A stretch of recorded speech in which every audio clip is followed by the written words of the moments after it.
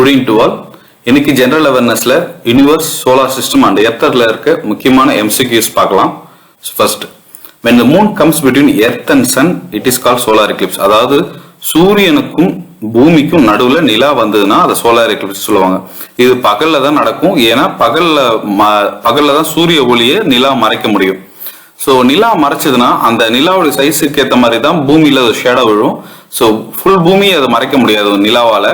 அதனால ஒரு சில போர்ஷனுக்கு மட்டும்தான் உங்களுக்கு அந்த நிலாவுடைய ஷேடோ விழும். அந்த பகுதியில் மட்டும்தான் கொஞ்சம் இருட்டா இருக்கும். ஸோ சோலார் எக்லிப்ஸை வெறுங்கண்ணில் பார்க்கக்கூடாதுன்னு சொல்லுவாங்க. வெறுங்கண்ணில் பார்த்தா அந்த யூவி ரேஸ் கண்ணை பாதிக்கும் அப்படின்னு சொல்லுவாங்க. ஸோ இதுதான் solar Eclipse. Next, largest known star in the universe வந்து யுவை ஸ்கூட்டி. யுவை ஸ்கூட்டினா இப்போ வந்து நம்ம சன்னுமே ஒரு பெரிய ஸ்டார்னு தான் சொல்லுவாங்க. நட்சத்திரம் தான். நட்சத்திரம் மின்றதுக்கும் ஒரு காரணம் சொல்லுவாங்க. நமக்கு ஆக்சுவலா நட்சத்திரம் மின்னாது. இடையில இருக்க அட்மாஸ்பியர்ஸோடைய பிளாக்கேஜால அது மின்னி வர மாதிரி தெரியும். பட் அது ஒரு நெருப்பு குழம்பு தான். ஸ்டாரை பொறுத்த வரைக்கும் அது வந்து பத்தி எரியிற நெருப்பு, அவ்வளவுதான். ஸோ அதுலயே பெரிய ஸ்டார் நமக்கு இப்போதைக்கு தெரிஞ்சிருக்கிறது யூனிவர்ஸ் இருக்கும். யூனிவர்ஸ்ல நிறைய மில்கி வேஸ் இருக்கும். மில்கி வேஸ்ல சோலார் சிஸ்டம் இருக்கும். சோலார் சிஸ்டம்ல தான் நம்ம சன் இருக்கு. ஸோ அந்த மாதிரி யூனிவர்ஸ்ல நிறைய சன்ஸ் இருக்கு. அதுல நமக்கு இப்ப தெரிஞ்ச சன்ஸ் என்னன்னா, பெரிய சன்னா தெரியப்படுறது என்னன்னா யுஎஸ் ஸ்கூட்டின்னு சொல்லுவாங்க. ஸோ நம்மளுடைய சன்னு கிட்டத்தட்ட ரொம்ப சின்ன சன்னு தான். ஆவரேஜை விட சின்ன சன்னு தான் சொல்றாங்க. ஸோ நியரஸ்ட் சன்னு அப்படின்னு பார்த்தோம்னா அது வந்து ப்ராக்சிமா செஞ்சுரி அப்படின்னு சொல்றாங்க. ஸோ நியரஸ்ட் சன்னா இப்போ நம்மளுடைய சோலார் சிஸ்டம்ல இருக்கிற ஸ்டாரோட பேர் வந்து சன்னு. இதே மாதிரி இன்னொரு சோலார் சிஸ்டம் இருக்கு, பக்கத்துல இருக்க சோலார் சிஸ்டம். அந்த சோலார் சிஸ்டம்ல இருக்க சன்னுடைய பேர் வந்து ப்ராக்சிமா செஞ்சுரி. 0 டிகிரி லாட்டிடியூட வந்து ஈக்குவட்டான்னு சொல்றாங்க. ஸோ பூமியை லாட்டிடியூட் வச்சு பிரிப்பாங்க. இதுதான் பூமின்னு வச்சுங்களேன். பூமி ஆக்சுவலா ரவுண்டா இருக்காது. இந்த இடம் கொஞ்சம் பிளாட்டா தான் இருக்கும், ஸ்பியரா இருக்காது. ஸோ இந்த இடமும் கொஞ்சம் ஃபிளாட்டா தான் இருக்கும். அதை சுத்தி ஒரு ஆங்கிள் இருக்கும். அதே மாதிரி 23 டிகிரி அண்ட் ஆஃப் டிகிரி டில்டடா தான் சுத்தும் பூமி. ஸோ இந்த இதுவை தான் இந்த பாதியை பிரிச்சிங்கன்னா அதை தான் 0 டிகிரி ஈக்குவட்டர்னு சொல்லுவாங்க.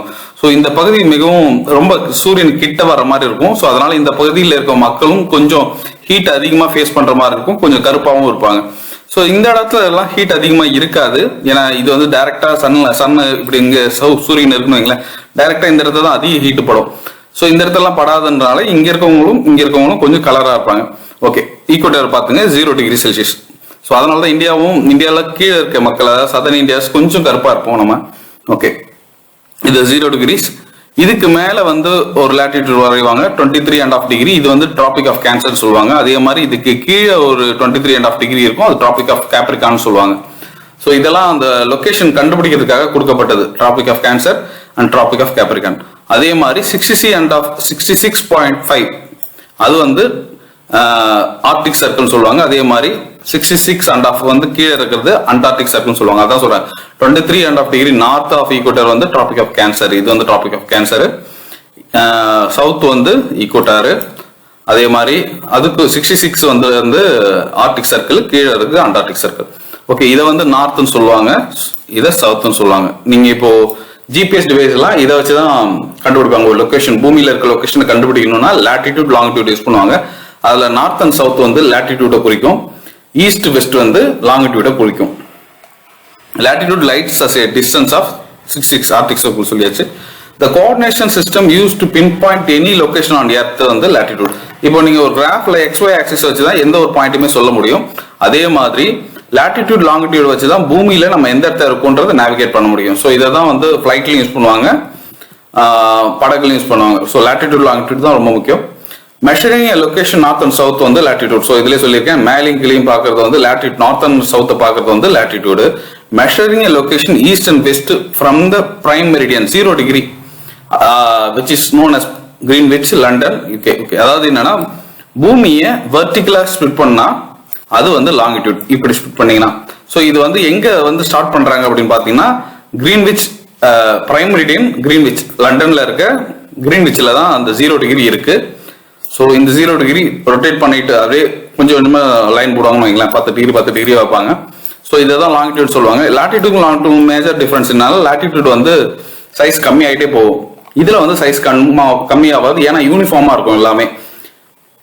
ஸோ இது கம்பேர் பண்ணும்போது இந்த சைடு இருக்கிறதெல்லாம் ஈஸ்ட், இந்த சைடு இருக்கிறதெல்லாம் வெஸ்ட். ஓகே, ஸோ லாட்டிடியூட் லாங்கிடியூட வச்சு இப்போ லாங்கிடியூட வச்சு நம்ம ஈஸ்ட் வெஸ்ட்டை பார்க்கணும். நம்ம என்ன பண்ணுவோம்னா ஜிஎம்டி, அதாவது கிரீன்விச் டைம் சொல்லுவாங்க. இதை வச்சு தான் ஜிஎம்டின்ற டைம் யூஸ் பண்ணுவாங்க. கிரீன்விச் லொகேஷன் வச்சு தான் 0 டிகிரி. நம்ம வந்து 5.5 ஹவர்ஸ் ஏர்லியராக இருப்போம் அதுக்கு ஜிஎம்டி டைமை விட. ஏன்னா நம்ம இங்கிலாண்டை விட கொஞ்சம் முன்னாடியே இருப்போம். ஸோ அதனால இங்கிலாந்துக்கு ஈஸ்டாக இருப்போம் நம்ம.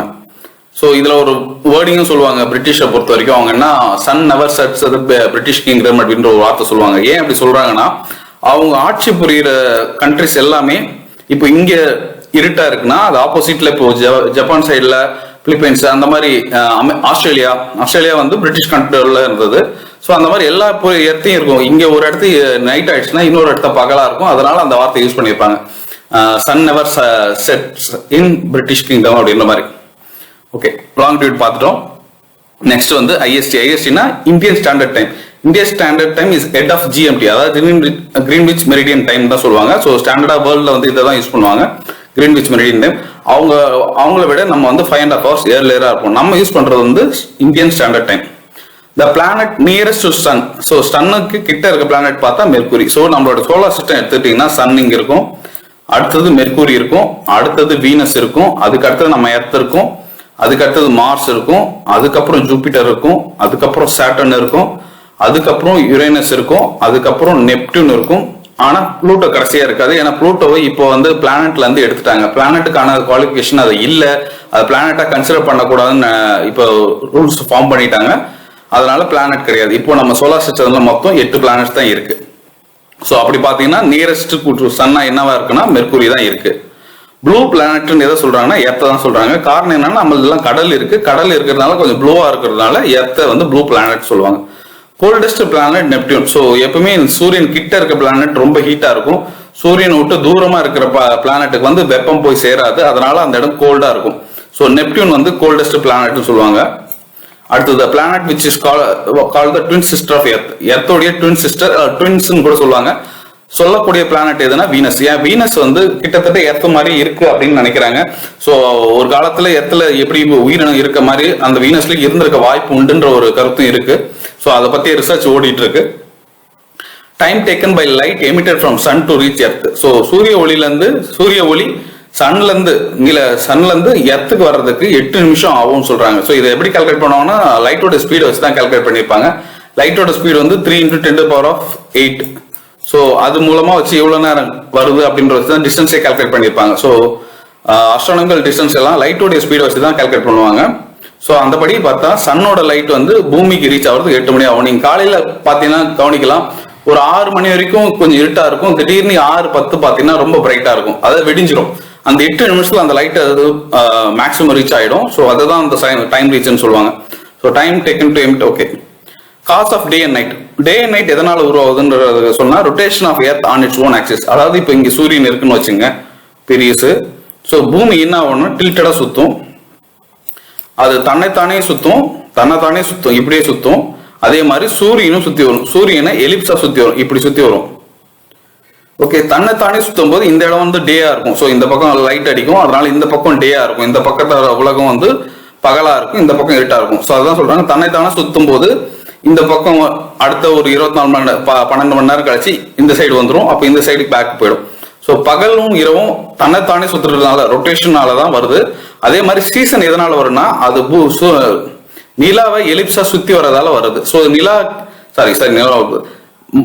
எர்த் வந்து சூரியனை சுத்தி வர்றதுனால உங்களுக்கு ரெவல்யூஷன் ஆகுறதுனால சீசன் வருது. இப்போ சூரியனுக்கு கிட்ட போகும்போது நமக்கு வெயில் அதிகமா இருக்கும், ஹீட் அதிகமா இருக்கும். அதான் மே மாசம் கிட்ட சொல்லுவாங்க. இதே பூமியை சூரியனை விட்டு ரொம்ப தூரம் தள்ளி போறப்போ உங்களுக்கு வெப்பம் கம்மியா இருக்கும், அப்போ உங்களுக்கு வந்து குளிர்காலமா இருக்கும். ஸோ ரொட்டேஷன் டே அண்ட் நைட்டை உருவாக்குது. ரெவல்யூஷன், இதை சுத்தி வர்றதான் ரெவல்யூஷன் சொல்லுவாங்க, அது சீசனை உருவாக்குது. 1 revolution of earth is equal to 365.25 days. So ஒரு பூமி வந்து சூரியனை சுத்தி வர்றதுக்கு 375.25 நாள்னு சொல்றாங்க. இந்த 25 நாள் தான் நமக்கு வந்து லீப் என்ற ஒரு கான்செப்ட் வருது. அதாவது இது 4 வருஷத்துக்கு ஒரு தடவை அது வந்து 25 ஆட் ஆயிட்டு 4வது வருஷத்துல 365 நாள்னு வந்துடும். ஸோ இப்போ நம்ம யூஸ் பண்றது கிரிகோரியன் கேலண்டர். அதுக்கு முன்னாடி ஜூலியன் கேலண்டர்னு ஒன்று இருக்கும். அப்போ வந்து கிறிஸ்டியானிட்டியில என்ன பண்ணுவாங்கன்னா அவங்க ஃபெஸ்டிவல்ஸ் வந்து கரெக்டா மேட்ச் ஆகாம இருந்தது. அப்போதான் கிரிகோரியன்ற ஒரு போப் வந்து 360.25 கான்செப்ட் கொண்டு வந்து 4 வருஷத்துக்கு ஒரு லீப் இயர்ன்ற மாதிரி கொண்டு வருவாங்க. ஸோ நமக்கு இதுல தெரிய வேண்டியது 365.25 டேஸ் வந்து ஆகும் ஒரு ரெவல்யூஷன். பூமி வந்து சூரியனை சுத்தி வந்து அதே பொசிஷன் அடையிறதுக்கு 365.25 நாள் ஆகும். ஓகே, ஸ்மாலஸ்ட் சேட்டலைட் வந்து டிமியோஸ்ன்றது இருக்கிறது சின்ன சேட்டலைட். அதாவது பூமியோட சேட்டலைட்டை தான் நிலான்னு சொல்லுவோம். செயற்கைக்கோள் இல்ல, செயற்கைக்கோள்ன்றது நம்ம வானில் அனுப்புறது, அதாவது ஆர்டிபிஷியல் சேட்டலைட்னு சொல்லுவாங்க. பட் வந்து மூணுன்றது நேச்சுரல் சேட்டலைட். ஸோ இதே மாதிரி இருக்கிறதுல சின்ன இப்போதைக்கு கண்டுபிடிச்சல சின்ன சேட்டலைட்டுன்னு ஒரு குவாலிஃபிகேஷன் இருக்கு. வெறும் கல் மாதிரி இருந்தால் அதெல்லாம் குவாலிஃபை, அதுக்கு ஆஸ்ட்ராய்டு அந்த மாதிரி நிறைய கான்செப்ட் சொல்லுவாங்க. ஸோ சேட்டலைட்ன்றது அந்த பிளானட் அதை சுற்றி வரணும், அதுக்கும் ஒரு ஆர்பிட்டல் ரேஞ்சஸ் இருக்கணும். அந்த மாதிரி இருந்தால் மட்டும் தான் அது சேட்டலைட்னு கன்சிடர் பண்ணுவாங்க. அந்த மாதிரி ஸ்மாலஸ்ட் சேட்டலைட்டா எது இருக்குன்னா டிமோஸ் இருக்கு. இது என்னன்னா மார்ஸோடைய சேட்டலைட். மார்ஸுக்கு ஒரு 2 சேட்டலைட் இருக்கு, அதுல ஒரு சேட்டலைட்டோட பேரு Deimos. Nearest planet to earth Venus. So பூமிக்கு பக்கத்துல இருக்க பிளானட் எதுன்னு பாத்தீங்கன்னா வீனஸ் தான் சொல்றாங்க. சம்டைம்ஸ் அது மார்ஸ்னு சொல்றாங்க, அது ஒரு கான்ட்ரவர்ஷியல் பாயிண்ட் தான். ஸோ நியரஸ்ட் இப்போதைக்கு இருக்கிறது பார்த்தா வீனஸ். அது எதனால அது வாருதுன்னா, எப்பவுமே எல்லா பிளானட்டும் ஒரே ஆங்கிள் சுத்துறது இல்ல, ஒவ்வொன்றும் வேற வேற ஒரு எலிப்ஸை சுத்துது. ஆனா எல்லாமே சூரியனை தான் சுத்தி வருது. ஸோ கடைசியா அது சூரியனை விழுன்ற மாதிரி தான் சொல்லிட்டு இருக்காங்க. கொஞ்சம் கொஞ்சமா நாட்கள் குறையும், நாட்கள் குறைஞ்சு கடைசியா இது விழுன்னு சொல்லுவாங்க. ஸோ அதுதான் தியரி ஆஃப் ரிலேட்டிவிட்டின்ட்டு ஐன்ஸ்டைன் சொல்லியிருப்பாரு. நீங்க அதை எப்படி சொல்லலாம்னா, ஒரு 4 துணியை இப்படி தூரமா பிடிச்சிட்டு பெரிய இரும்பு இங்க போட்டுட்டு சின்ன சின்ன இரும்பு கோலி குண்டெல்லாம் போட்டீங்கன்னா அது சுத்திட்டு வந்து கடைசியா இங்கதான் விழும் அப்படின்ற மாதிரி சொல்றாங்க. ஸோ அந்த மாதிரி தான் பூமியும் ஒரு கட்டத்துல வந்து நிலால விழும் அப்படின்றது தான் கான்செப்ட். ஸோ இதுல என்னன்னா எல்லாமே கிட்ட ஒவ்வொன்றும் ஒரு ஒரு டைரக்ஷன்ல சுத்துறதுனால ஒரு சில டைம்ல வீனஸ் நமக்கு கிட்ட வர மாதிரி இருக்கும், ஒரு சில டைம்ல மார்ஸ் நமக்கு கிட்ட வர மாதிரி இருக்கும். அதனால எந்த பிளானட் கரெக்டா நம்ம கிட்ட வருதுன்றது கிளியரா சொல்ல. பட் ஆன்சர் எம்சிக்யூ படி பாத்தீங்கன்னா வீனஸ் தான் நமக்கு கிட்ட வருது. ஓகே, ஃபார்தரஸ்ட் பிளானட், ரொம்ப தூரம் இருக்க பிளானட் சன்னுக்கு எதுன்னு பாத்தீங்கன்னா நெப்டியூன். ஸோ அதனால தான் அது கோல்டாவும் இருக்கு.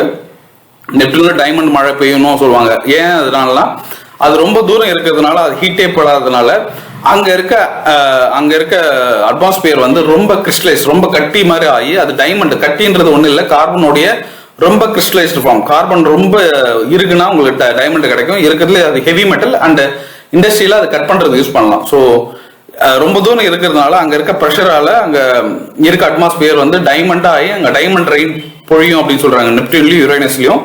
ஸோ அதுவும் ஒரு கான்செப்ட் இருக்கு. அதனாலதான் அங்க உயிரினம் வாழ்றதுக்கான பாசிபிலிட்டி இல்லை. ஏன்னா டைமண்ட்ல ஹெவி மெட்டல், அது மழையா பெஞ்சதுன்னா அங்க ஒரு உயிரினமும் இருக்க வாய்ப்பு இல்லை அப்படின்ற மாதிரி கணக்கு வச்சிருக்காங்க. இந்த ஈக்குவட்டோரியல் சர்க்கம்ஃபரன்ஸ் ஆஃப் எர்த் வந்து 40 கிலோமீட்டர்ஸ். ஒரு பூமியை சுத்தி லப்பர் பால்ல சுத்தி கிரிப் இருக்கும் பாருங்க, அத மாதிரி பூமிக்கு ஒரு கிரிப் போட்டோம்னா, ஒரு கயிறு போட்டோம்னா அது வந்து 40,000 கிலோமீட்டர் வரும் அப்படின்றாங்க. சுத்தி ஒரு கயிறு போட்டா அது 40,000 கிலோமீட்டர் வரும்ன்றாங்க. அதான் ஈக்குவட்டோரியல் சர்க்கம்ஃபரன்ஸ் ஆஃப் எர்த். அடுத்து planet with maximum satellites. So நமக்கு எப்படி நிலா இருக்கோ அத மாதிரி அதிகமாக சேட்டலைட் இருக்கக்கூடிய பிளானட் எதுன்னு பாத்தீங்கன்னா அது ஜூபிட்டரா தான் இருக்கும். ஓகே, ஸோ ஜூபிட்டர்ல மொத்தம் 95 சேட்டலைட்ஸ் இருக்கு, 95 நிலாக்கள் இருக்கு. அதனாலதான் அதை வந்து ஹெவன்லி பிளானட் அப்படின்னு சொல்லுவாங்க. ஹெவன்லி பிளானட் அது ஒரு காரணம். ஏன்னா ஜூபிட்டரை சுத்தி 95 சேட்டலைட் கிட்ட இருக்கும், சுத்திட்டே இருக்கும்.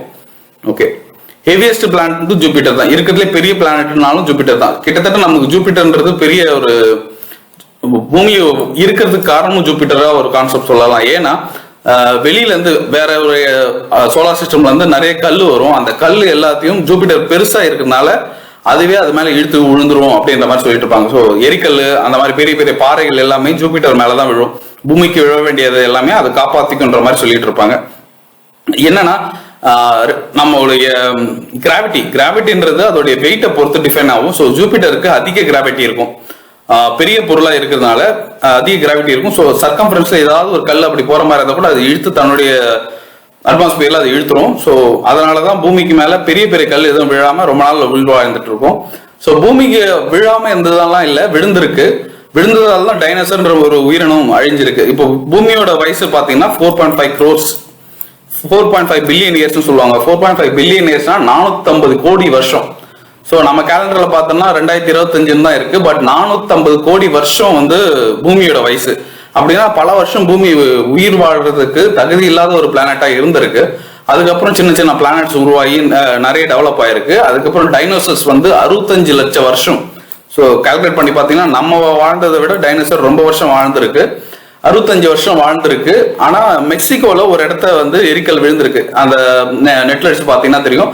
அந்த விழுந்ததால ஏற்பட்ட புகையோ நெருப்புனால பூமியை கொந்தளிச்சு எரிஞ்சிருக்கு. அந்த எரிஞ்சதுல டைனோசர் மூல பல உயிரினங்கள் அழிஞ்சிருக்கு. அதுக்கப்புறம் திருப்பி பூமி புத்துணர்வு ஆயிரு, திருப்பி ரீஜெனரேட் ஆயிருக்கு. அதுக்கப்புறம் தான் மக்கள் வாழ்ந்திருக்காங்க. மக்கள்ன்ற நம்மளுடைய ஹியூமன் லைஃப் வந்து பூமியோட லைஃபை கம்பேர் பண்ணும்போது ரொம்ப ரொம்ப சின்னது. அதாவது ஒரு வருஷத்துல ஒரு செகண்டுக்கு மில்லி செகண்ட் மாதிரி தான் பூமியில மனிதனோட வாழ்க்கை.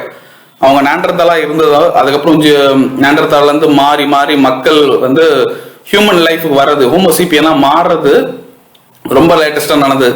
அதுலயுமே மக்களுடைய வளர்ச்சி பாத்தீங்கன்னா 2025 வருஷம்னாலும் பெரிய வளர்ச்சி 1960 70 மேலதான் வளர்ந்துருக்கு. அது முன்னாடி வரைக்கும் பெருசா அவங்களுக்கு வளர்ச்சி இல்லை. எல்லாமே அவங்களுக்கு கட்டுப்பாடு இல்லாம சாரி பாவர்ட்டியில தான் இருந்திருக்கு. போதுமானதுக்கு எதுவும் கிடைக்காம இருந்திருக்கு. ஸோ அது நிறைய ரீசன்ஸ் இருக்கு, அதை அப்புறம் பார்க்கலாம். ஸோ நம்ம சப்ஜெக்ட் வருவோம். The solar eclipse occurs on New Moon Day. New moon டேனா அமாவாசையை சொல்லுவாங்க. ஸோ சோலார் எக்லிப்ஸ் எப்போ ஆரம்பிக்குன்னா அமாவாசையில தான் நடக்கும் அப்படின்னு சொல்லுவாங்க. The Mars Orbiter mission was India's first interplanetary mission launched in November 2013. So Mars orbiter mission என்னன்னா அதுதான் இந்தியாவுடைய ஃபர்ஸ்ட் இன்டர்பிளானட்டரி, ஒரு பிளானட் டு இன்னொரு பிளானட்டுக்கு அனுப்புறது. ஸோ நிலாக்கு அனுப்பியிருக்காங்க, அது பிளானட்டை கன்சிடர் பண்ண மாட்டாங்க. ஸோ இன்டர்பிளானட்டரி மிஷன் எதை ஃபர்ஸ்ட் நம்ம அனுப்பியிருக்கோம்னா மார்ஸுக்கு தான் அனுப்பியிருக்கோம். அதுக்கு பேர் Mangalyaan. The largest year is in Pluto. So ஏன் புளூட்டோக்கு லார்ஜஸ்ட் இயர், அதாவது புளூட்டோ வந்து ஒரு சூரியனை சுற்றி வர்றதுக்கான வருஷம் வந்து ரொம்ப ரொம்ப அதிகம்னு சொல்லுவாங்க. ஸோ சன்னுக்கு கிட்ட இருக்க பிளானட்டு ரொம்ப கம்மியான வருஷத்துலேயே வந்து அது வந்து பூமியை சுற்றிடும், கம்மியான நாட்கள்லேயே சூரியனை சுற்றிடும். அது ரொம்ப தூரம் போக போக அதோடைய வருஷங்களும் அதிகமாகும். ஸோ இது வந்து கிட்டத்தட்ட நிறைய வருஷம் வரும்னு நினைக்கிறேன். புளூட்டோ தான் இருக்கிறதுல அதிக வருஷம் ஆகும் சூரியனை சுற்றி வர்றதுக்கு. ஒரு வருஷம்ன்றது அவங்க கிட்டத்தட்ட 30-40 வருஷத்துக்கு மேலே வரும். அப்படி இருந்தால் மட்டும்தான் அதை சுற்றி வர முடியும். Shoemaker லீவி collide. ஸோ இதுதான் ரொம்ப ஃபேமஸான கொலைட். இது வந்து பூமி மேலே விழுந்துருமான்னு கூட சில பேர் பயந்துட்டு இருந்தாங்க. ஸோ ஆனால் ஜூபிட்டர்ல 1992 விழுந்தது. 92 விழுந்துறப்போ அதை வந்து நிறைய பேர் அப்சர்வ் பண்ணாங்க. அவங்க எதிர்பார்த்ததை விட பயங்கரமா இருந்தது அந்த எக்ஸ்போஷர். ஸோ அது வந்து அட்மாஸ்பியரே இருட்டாயிடுச்சு, அது உள்ள என்ன இருக்குன்னு தெரியல அப்படின்ற அளவுக்கு இருந்தது. அந்த கொலிஷன் இந்திய பூமியில நடந்திருந்தா பல சேதாரங்கள், பயங்கரமா எதிர்பார்க்க முடியாத சேதாரங்கள் இருந்திருக்கும் அப்படின்னு நினைச்சாங்க. ஸோ என்னன்னா ஜூபிட்டர்ல ரிசர்ச் பண்றதுக்கு நிறைய ப்ராப்ளம் இருந்தது. அது வந்து நிறைய டஸ்ட்ஸ் அது மேல இருக்கிறதுனால அது கிளியரா அப்சர்வ் பண்ண முடியல ஜூபிட்டரை. International Astronomical Union in 2006 discarded from the planet status. So 2006 தான் புளூட்டோ வந்து பிளானட்ல இருந்து எடுத்துட்டாங்க. இப்போ புளூட்டோ பிளானட் வந்து 8 தான் இருக்கு, புளூட்டோ பிளானட் கிடையாது. பிக்கெஸ்ட் சேட்டலைட் ஜூபிட்டருக்கு தான் இருக்கு. ஜூபிட்டர் தான் பெரிய பிளானட். அதுக்கு இருக்க மூன் நிலா தான் வந்து கானிமிடி. அதுதான் வந்து பிக்கெஸ்ட் சேட்டலைட். இப்போ நமக்கு தெரிஞ்சதுல பிக்கெஸ்ட் சேட்டலைட் அதான் கானிமிடின்னு தான் சொல்லுவோம். ஸோ அது வந்து ஜூபிட்டருடைய நிலா. A piece of material that has entered the earth atmosphere from outer space. So ஒரு சின்ன கல்லு தான் எரிக்கல்லுன்றது. மெட்ராய்டுன்றது எரிக்கல்லு, கல்லு தான். கல் பூமியோட அட்மாஸ்பியர் வரும்போது என்ன ஆகும்னா காற்றோட உராசி அது நெருப்பை பத்திக்கும். அதுக்கப்புறம் தான் நெருப்பு கல் எரிக்கல்லுன்னு சொல்லுவாங்க. எரிக்கல்லா விழுவும் அது. ஸோ ஏன்னா அது அட்மாஸ்பியர்ல இருக்க ஃப்ரிக்ஷனால அது எரிய ஆரம்பிச்சிடும், எரிஞ்சு சின்னதாகி அதுக்கப்புறம் விழும். அப்படியே விழுந்தா நமக்கு பாதிப்பு அதிகமா இருக்கும். The length of day and night is equal. The sunrise fall perpendicular to equator. So எப்போ உங்களுக்கு வந்து டே அண்ட் நைட் ஈக்குவலா இருக்குன்னா சூரிய ஒளி கரெக்டா 90 டிகிரில ஈக்குவட்டர்ல அடிச்சதுன்னா அப்போ மட்டும்தான் உங்களுக்கு டே அண்ட் நைட் கரெக்டா ஈக்குவல் ஆகும். 12 ஹவர்ஸ் டே 12 ஹவர்ஸ் நைட் இருக்கும். சில நேரங்கள்ல அது கரெக்டா இருக்காது. ஸோ எப்போ அது பர்பெண்டிகுலர் விழுதோ அப்போ மட்டும்தான் உங்களுக்கு டே அண்ட் நைட் 12 ஹவர்ஸ் இருக்கும். The group of small piece of rocks revolving around the sun between the orbits of Mars and Jupiter. So மார்ஸுக்கும் ஜூபிட்டருக்கும் இடையில நிறைய கல் இருக்கு.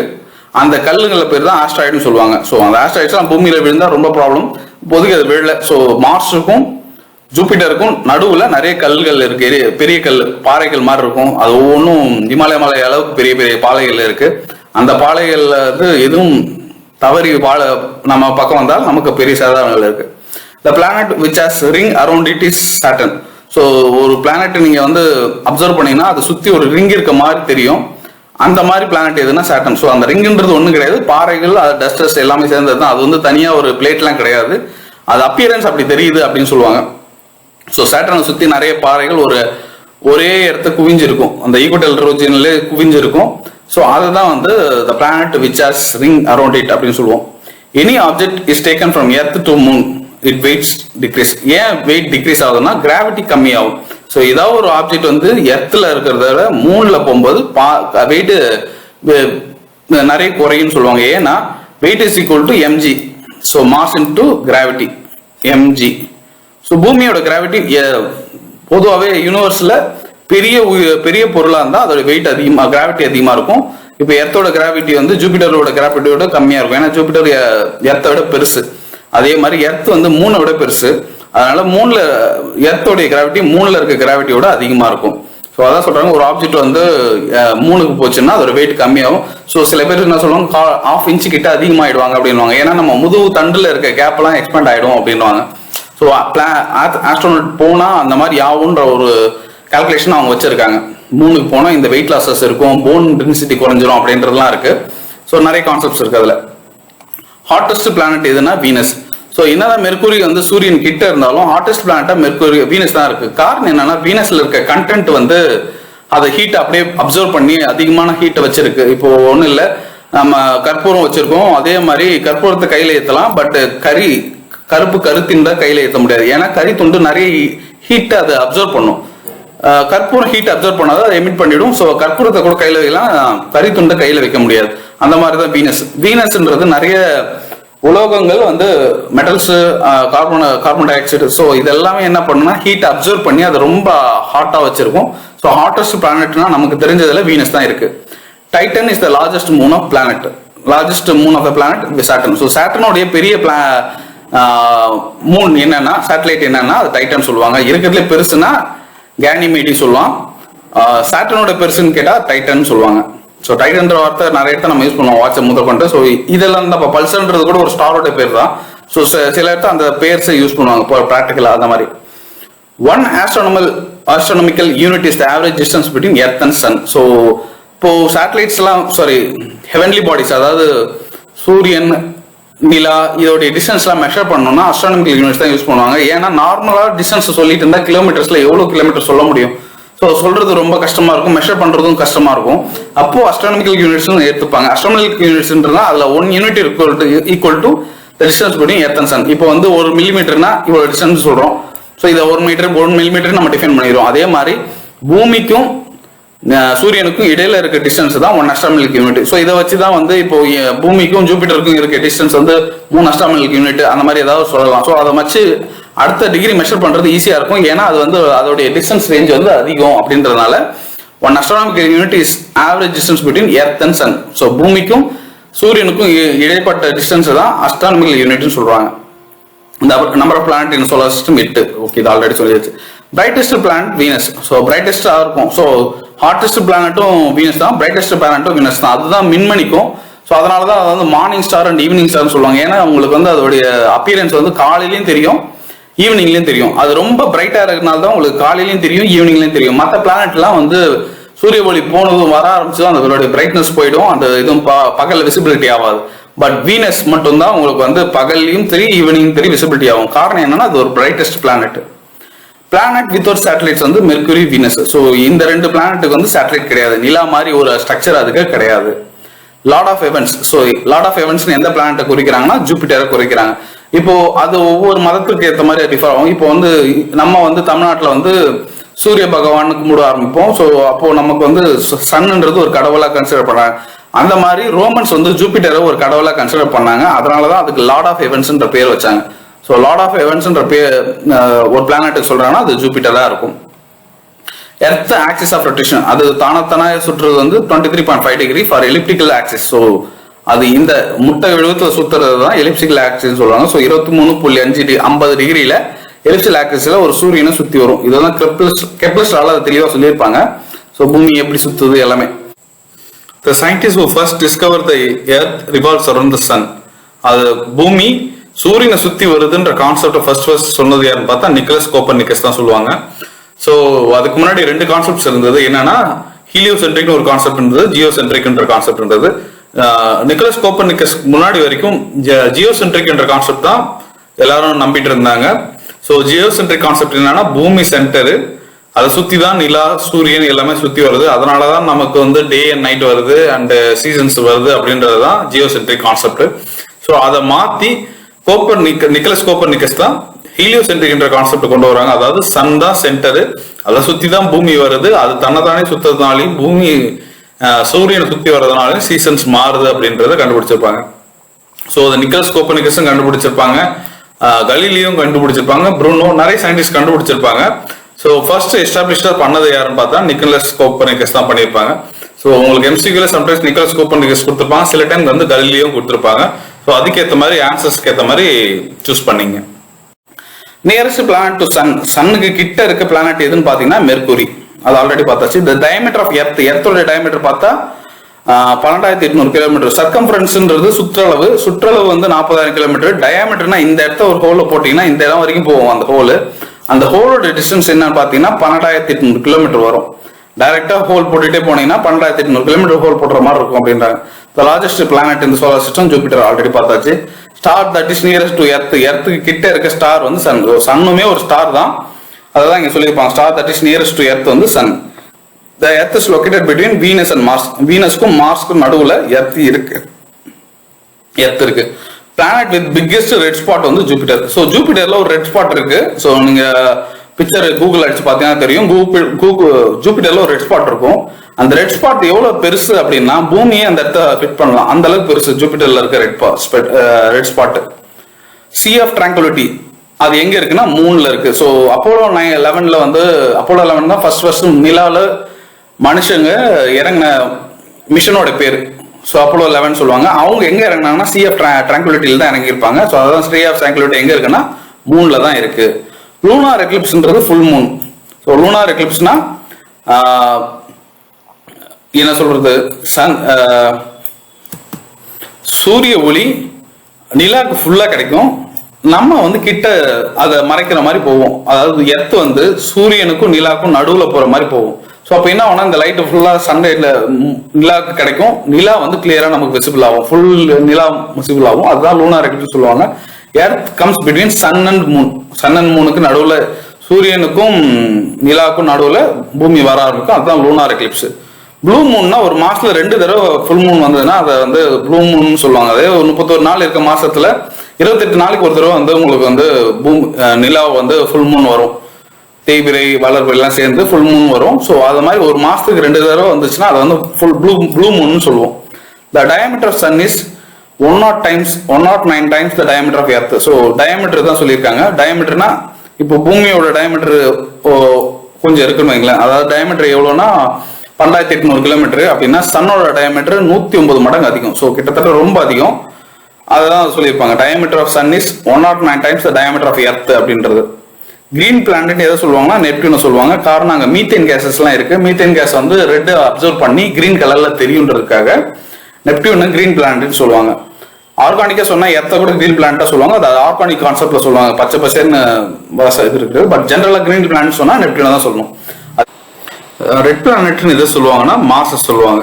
ஏன்னா மார்ஸோட சர்ஃபேஸ் வந்து அயன் ஆக்சைடால ஆனது. அயன் ஆக்சைடுன்றது என்னன்னா இப்போ இரும்பு துரு பிடிச்சா மேல வந்து ஒரு மாதிரி ரெட் கலர்ல இருக்கும். ரெட்டும் சொல்ல முடியாது, ஒரு மாதிரி ரெட்டா இருக்கும். ஸோ அந்த ரெட் கலர் வந்து மார்ஸோடைய சர்ஃபேஸ் ஃபுல்லாவே இருக்கும். அதனால அது ரெட் பிளானட் சொல்லுவாங்க. ஸோ பார்க்க சிவப்பா இருக்க மாதிரி இருக்கும். ஸோ அதனால ரெட் பிளானட் மார்ஸா இருக்கு. Okay, the sun is the centre of our solar system and earth revolves around it. So இந்த கான்செப்ட் ஆல்ரெடி நிக்கலஸ் கோப்பர்னிக்கஸ் சொல்லியிருப்பாங்க, கலீலியோவும் சொல்லியிருப்பாங்க. உங்களுக்கு ஆன்சர்ஸ்ல வந்து இன்கேஸ் நிக்கலஸ் கோப்பர்னிக்கஸ் கொடுக்காம கலீலியோ கொடுத்திருந்தாங்க சூஸ் பண்ணுங்க, கலீலியோ சூஸ் பண்ணுங்க. பட் நிக்கலஸ் கோப்பர்னிக்கஸ் கலீலியோ கொடுத்திருந்தாங்க நிக்கலஸ் கோப்பர்னிக்கஸ் சூஸ் பண்ணுங்க. ஏன்னா அபிஷியலா வந்து நிக்கலஸ் கோப்பர்னிக்கஸ் தான் கரெக்டான ஆன்சர். ஸோ அவருக்கு பேர் கொடுக்காம கலீலியோ கொடுத்தா மட்டும் கலீலியோ சூஸ் பண்ணுவாங்க. இந்த கான்செப்ட் நிறைய பேர் சொல்லியிருப்பாங்க. பட் ஆஸ் பர் ரெக்கார்ட் வந்து நிக்கலஸ் கோப்பர்னிக்கஸ் தான் கொடுத்திருப்பாரு. What causes the change of seasons? Season எதனால உருவாகுதுன்னா earth revolution around this axis. So earth வந்து சூரியனை எலிப்ஸா சுத்தி வரதால தான் உங்களுக்கு வந்து சீசன்ஸ் உருவாகுது அப்படின்றாங்க. Sun can fit with 13 lakh earth. சூரியன்ல 13 லட்சம் எர்த் ஃபிட் பண்ணலாம் அப்படின்னு சொல்றாங்க. ஸோ 13 லட்சம்னா இப்போ சூரியனுடைய சைஸ் எவ்வளவு இருக்குன்னு பாத்துங்க. Morning and evening star. So morning and evening star எதை சொல்றாங்கன்னா வீனஸை சொல்லுவாங்க. காரணம் என்னன்னா உங்க மார்னிங்லும் வீனஸை பார்க்கலாம், வெள்ளியை பார்க்கலாம், ஈவினிங்லும் பார்க்கலாம். ஸோ அதனாலதான் morning and evening star Venus. Man first land on moon. நிலாவில் முதல்ல மனுஷங்க லேண்ட் ஆனது 1969. அந்த earth comes between sun and moon. It is lunar eclipse. Okay, earth வந்து சூரியனுக்கும் நிலாவுக்கும் நடுவில் வந்தால் அது lunar eclipse. Solar energy is due to nuclear fusion. Nuclear ஃபியூஷன்னா ரெண்டு அணு வந்து ஒன்னா சேர்றதால வர எனர்ஜி. ஸோ இதை வச்சு நம்ம பாம் ரெடி பண்ணியிருக்கோம், பட் ஆனால் அதை யூஸ் பண்ணதில்லை. இப்போ ஹிரோஷிமா நாகசாமியில செகண்ட் வேர்ல்டு வார்ல ஆட்டம் பாம் போட்டிருப்பாங்க. அது இல்லைன்னா நியூக்ளியர் ஃபிஷன், அதாவது ஒரு அணு உடையிறதால வர நெருப்பால வர அனல் தான் நியூக்ளியர் ஃபிஷன் சொல்லுவாங்க. ஸோ அதுலயுமே ஆக்சுவலா லட்சக்கணக்கான மக்கள் இறந்துருக்காங்க அந்த ஆட்டம் பாம்ல. நியூக்ளியர் ஃபிஷன்றது ரொம்ப ரொம்ப அதிகம், ரொம்ப ஹை எனர்ஜி. ஸோ நமக்கு இப்போ இருக்க அட்டாமிக் ஸ்டாண்டர்ட் கல்பாக்கம் அந்த மாதிரி அட்டாமிக் ஸ்டாண்டர்ட்ல கூட நியூக்ளியர் ஃபிஷன் தான் யூஸ் பண்ணுவாங்க. அதாவது பெரிய ஆட்டம்ஸ், யூரேனியம், புளூட்டோனியம் அந்த மாதிரி பெரிய பெரிய ஆட்டம்ஸை உடைக்க ஆரம்பிப்பாங்க. உடைச்சு அதனால வர எனர்ஜியை வச்சு எனர்ஜியை யூட்டிலைஸ் பண்ணுவாங்க. ஸோ அதான் நியூக்ளியர் ஃபிஷனு. பட் இங்கே நடக்கிறது நியூக்ளியர் ஃபியூஷன். 2-3 அணுக்கள் ஒன்று சேரும், 2-3 ஆட்டம்ஸ் ஒன்று சேரும் போதும் உங்களுக்கு, அதுவும் ஹை ஸ்பீட்ல ஒன்று சேரும் போது ஒரு எனர்ஜி உருவாகும். சோலார் சிஸ்டம்ல ஹைட்ரஜன் ஆட்டம்ஸ் வந்து ஒன்று சேரும், அதனால அவ்வளோ எனர்ஜியால தான் இருக்கும். அதனாலதான் சன்னுக்கு அவ்வளோ எனர்ஜி வருதுன்றாங்க. ஸோ அங்க நடக்கிறது வந்து நியூக்ளியர் ஃபியூஷன். ஸ்மாலஸ்ட் பிளானட் நம்ம சோலார் சிஸ்டம்ல சின்ன பிளானட்னு எதை சொல்லுவாங்கன்னா மெர்க்குரியை சொல்லுவாங்க.